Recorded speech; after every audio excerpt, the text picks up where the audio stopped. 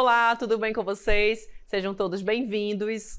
Sou a professora Andresa Xavier, professora do componente de Geografia. Vamos verificar o número da nossa aula? Então, temos aí a nossa aula de número 21, com a nossa revisão. Então, vamos aí a mais uma aula de Geografia.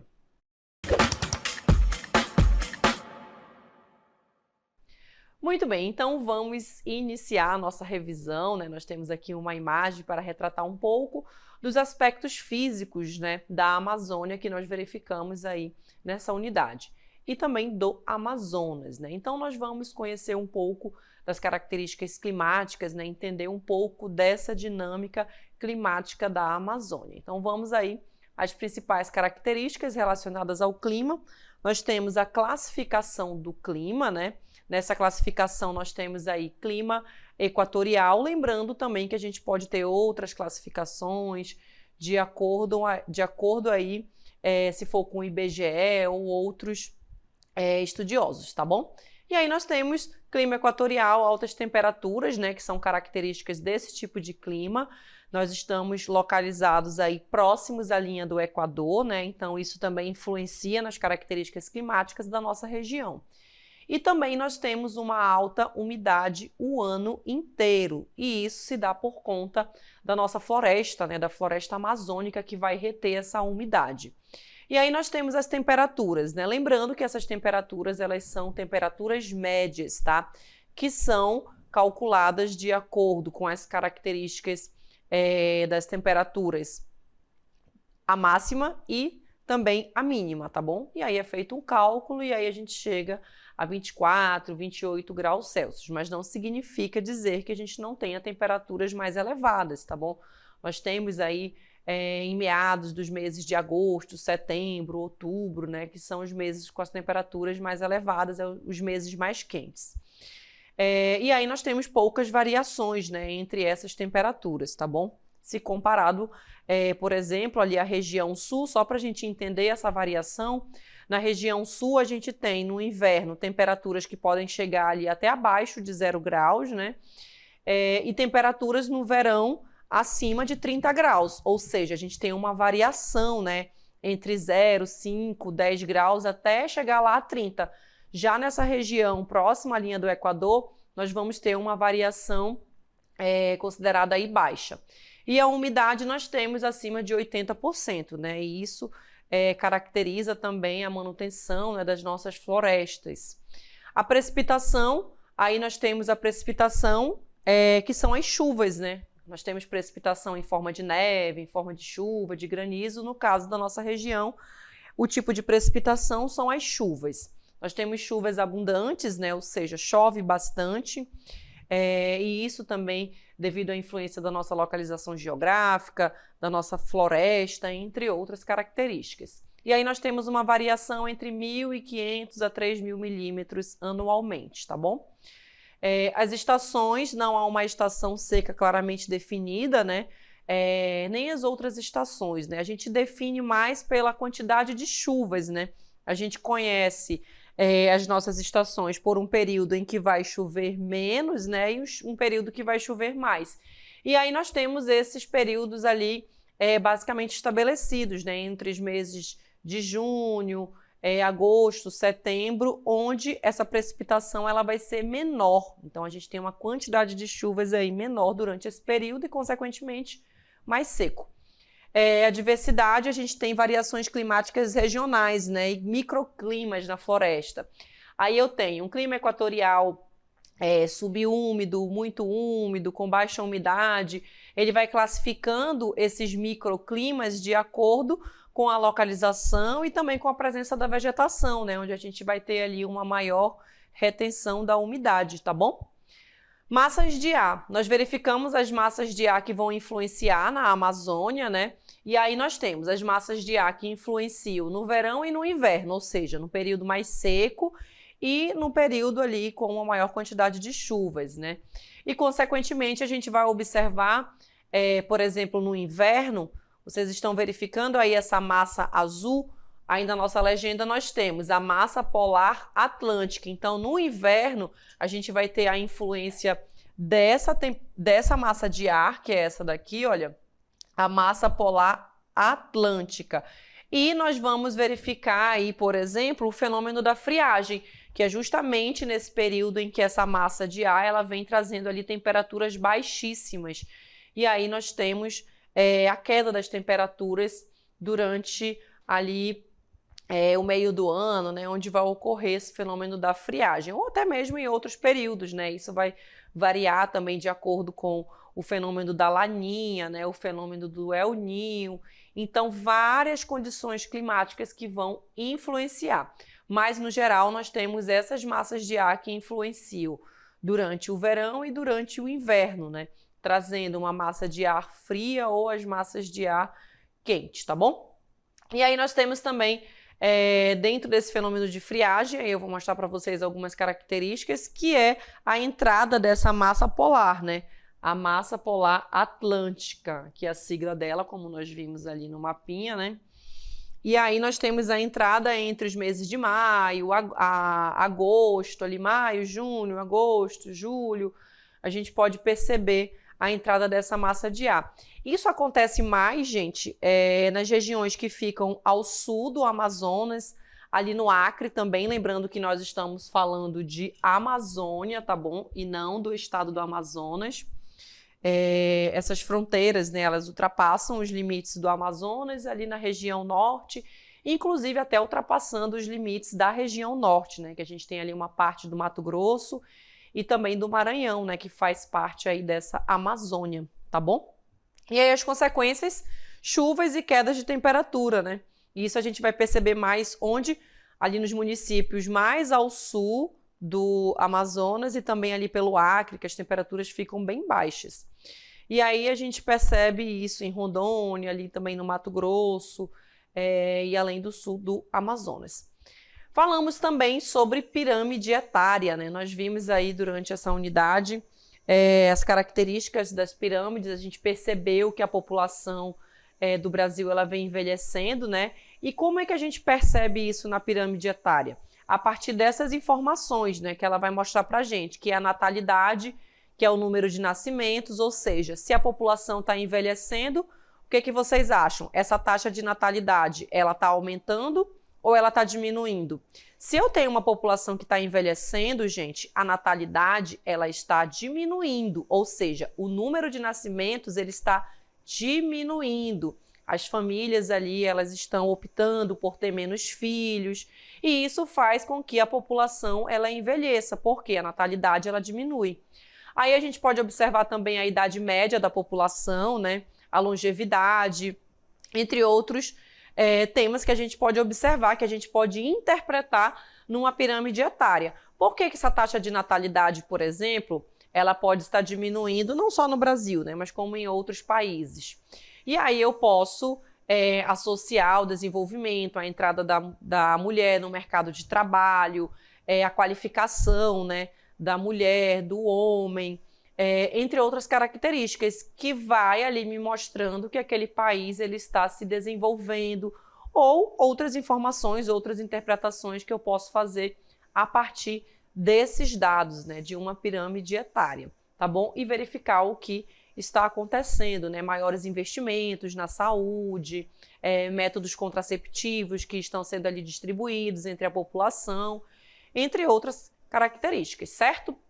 Além da longevidade, né? Que aí a gente observa também que é a idade média em que aquela população ali ela alcança, de 70 anos, 75, 80 anos, isso também mostra pra gente aí diversas informações. Vamos observar a imagem, nós temos aí a pirâmide, a população residente, né? E a gente observa sempre nas pirâmides, gente, do lado direito aqui a gente vai ter os dados das mulheres e aqui do outro lado dos homens, tá bom? E aqui a gente tem os grupos de idade. Esse grupo de idade aqui a gente tem de 4 em 4 anos, aqui de 0 a 4, de 5 a 9, de 10 a 14, de 35 a 39, aqui, olha, 40 a 44, 60 a 64, aqui a gente já tem 65 anos ou mais, né, a população considerada aí idosa.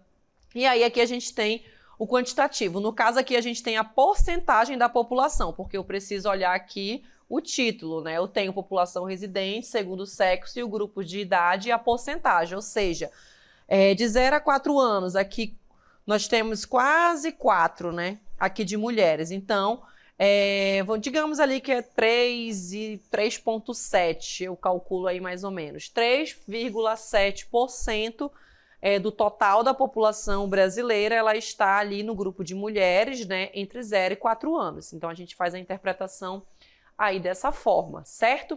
E aí a gente verifica, né? Até ali 10, 14 anos, 15, 19 anos, né? A população jovem, acima de 20 anos, até ali mais ou menos 60 anos a população adulta, e aí eu vou fazendo essa divisão. E lá no topo da pirâmide, né? Nós verificamos o grupo ali de idosos, a população mais velha, certo? E aí nós temos esse meio da pirâmide, a parte mais lá embaixo, que é a população mais jovem, né? Nós temos a base e lá em cima o topo. Então, isso também eu faço a interpretação. Se o topo da minha pirâmide ele está ficando mais largo, então significa que a maior parte daquela população ela vem envelhecendo.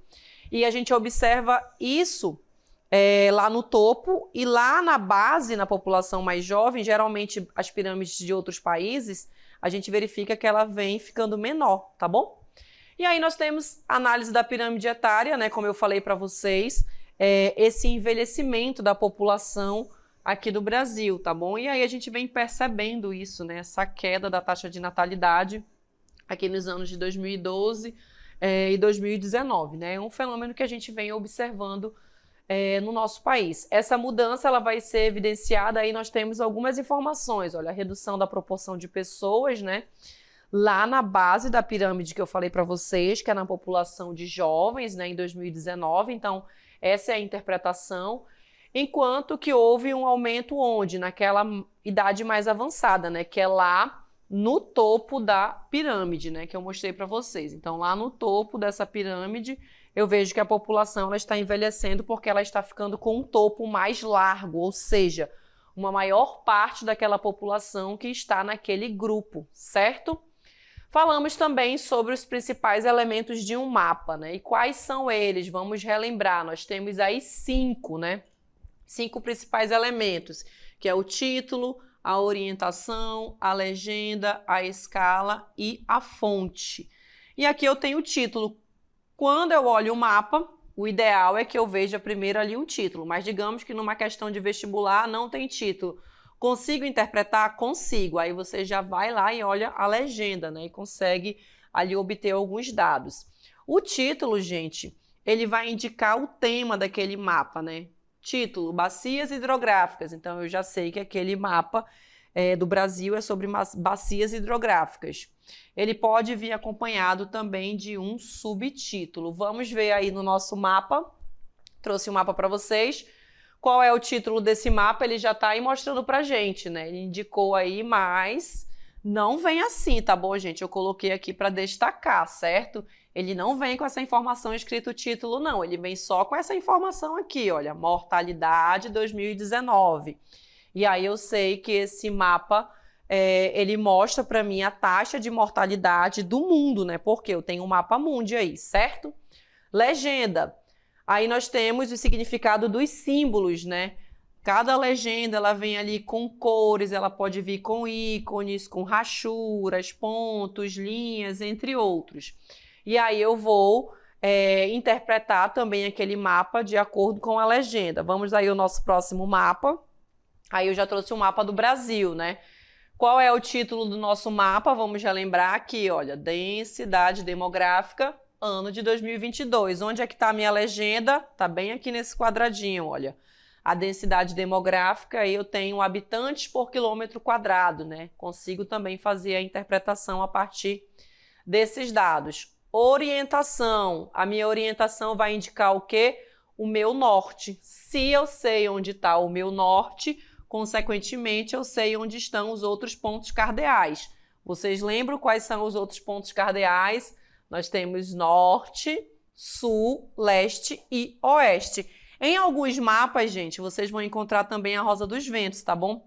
Vou colocar aqui mais ou menos como é. Mais ou menos assim, aqui vem o norte, aqui o sul, o leste e o oeste. É mais ou menos com essas informações. Mas, no geral, ele vem apenas ali, vamos ver aqui no nosso mapa, indicando a nossa orientação com um Nzinho. Olha, ele está bem aqui escondidinho, mas ele está aqui, indicando onde é o norte.